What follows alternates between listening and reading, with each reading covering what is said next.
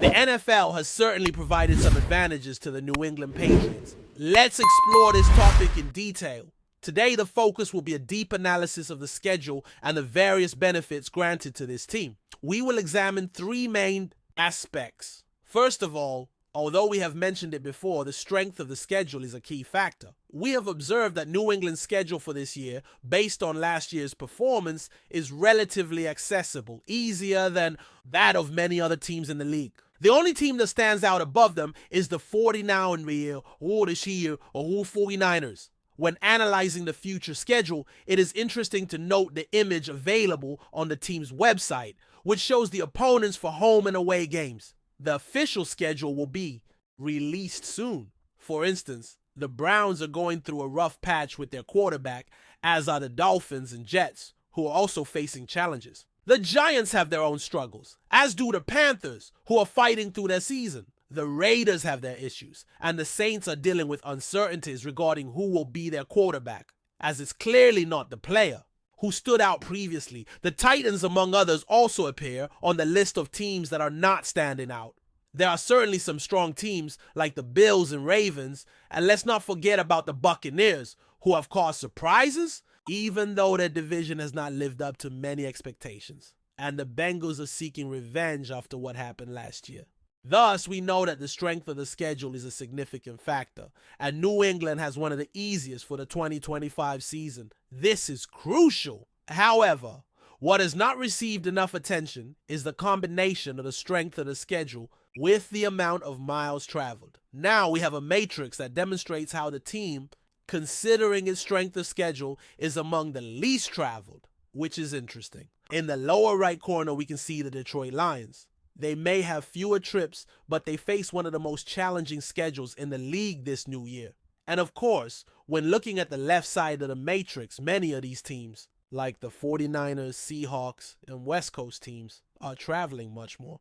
Analyzing this, the main destinations New England will visit are Tampa Bay and Miami, and it is crucial that the players adapt to the hot weather. A curious point that was raised is that while a player might do well, the question is, can he perform in cold conditions? That's a great point. We hope so. However, when examining this matrix, it's important to notice that there is a relationship between teams that need to travel long distances. Being on the road frequently can be tiring. Often, this is something that goes unnoticed. Therefore, when there's a large volume of travel combined with a challenging schedule, it can be exhausting for a team and complicate its trajectory.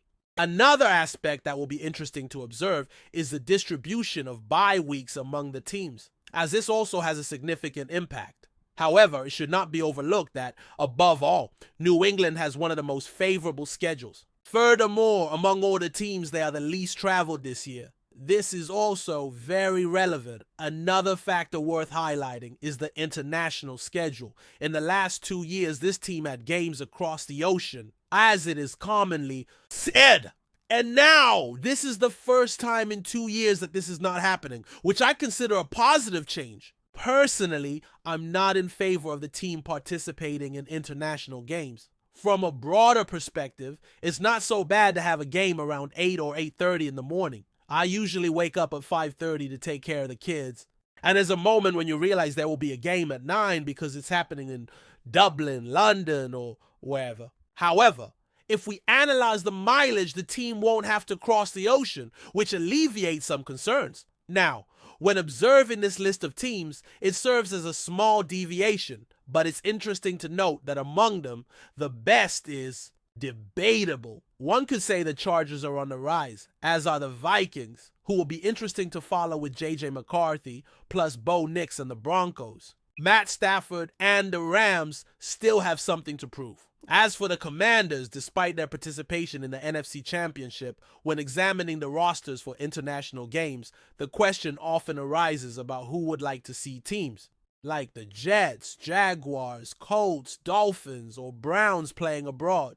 It's certain that when a game takes place elsewhere, fans are excited to watch football, regardless of the teams involved. That's the attraction. It's the excitement that draws them in. Personally, at the start of the college football season, I just want to watch some football. Whether it's in the United States Football League or the Supreme Football League, I usually watch highlights, but that's basically it. As August approaches, when I see matchups like New Mexico State versus UMass, I'm pretty sure they faced off last year. It's worth checking that out. Overall, I feel a strong desire to watch football at this point.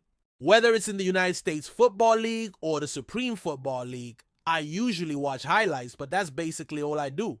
However, as August approaches and random matchups like New Mexico State versus UMass happen, I'm pretty sure they faced off last year. I suggest you check this out and see if I'm right. I'm quite confident I am. I believe UMass ended up winning that game, and I clearly remember watching it and thinking how excited I was for the return of football. Therefore, while preparing to watch football, you will certainly enjoy the game. Among these three aspects, which do you consider most important? The supposed ease of the schedule, the reduction in travel, or the absence of international games? I would say the strength of the schedule is probably the most relevant factor for this team.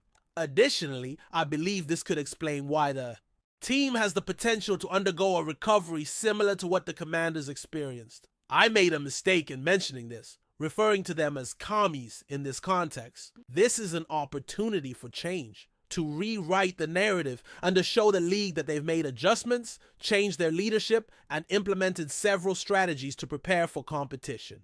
I believe this is truly feasible. Reflecting on all these aspects, it's important to recognize that the league, in some way, aims to ensure balance. This is the narrative they present. When you observe, it's clear that a team that didn't perform well the previous year should face a less challenging schedule, and they try to implement that concept. However, upon analyzing this again, it's clear that the strength of the schedule and the travel conditions for the team are extremely favorable. So what do you think about this? Leave your opinions below.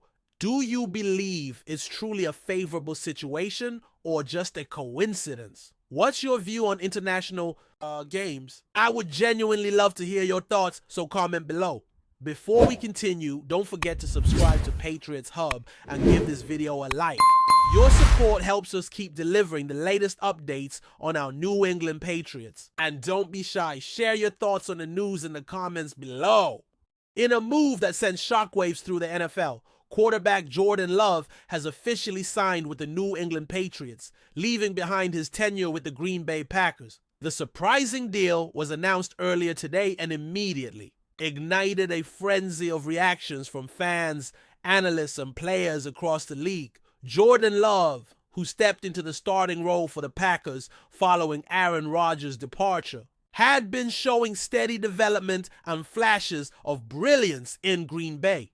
While many believed he was being groomed as the franchise quarterback for years to come, his sudden decision to join the Patriots marks a stunning twist in what has already been a dramatic NFL offseason. Love's move to New England is significant, not only because of the historical rivalry between the AFC and NFC powerhouses, but also because the Patriots have been desperately seeking a new leader under center since the departure of Tom Brady and the inconsistent performances that followed. With Love now set to take the reins, Patriots fans are hopeful that this could mark the beginning of a new era in Foxborough. The terms of the deal have not yet been disclosed in full, but sources suggest it includes a lucrative multi-year contract with significant guarantees indicating the Patriots' strong belief in Love's potential. Head coach Jared Mayo, recently promoted following Bill Belichick's departure, reportedly played a key role in recruiting Love, promising a revamped offensive system built around his skill set.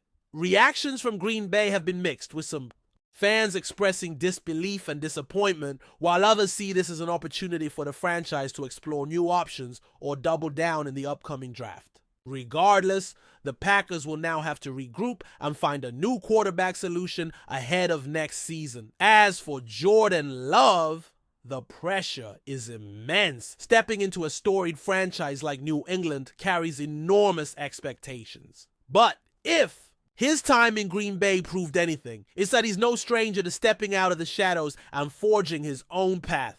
The NFL landscape has just changed dramatically, and all eyes will now be on Foxborough. That's it for this update. If you enjoyed the video and want to stay updated with exclusive news about our New England Patriots, be sure to subscribe to Patriots Hub and hit that like button. We can't wait to hear your thoughts in the comments. See you in the next video.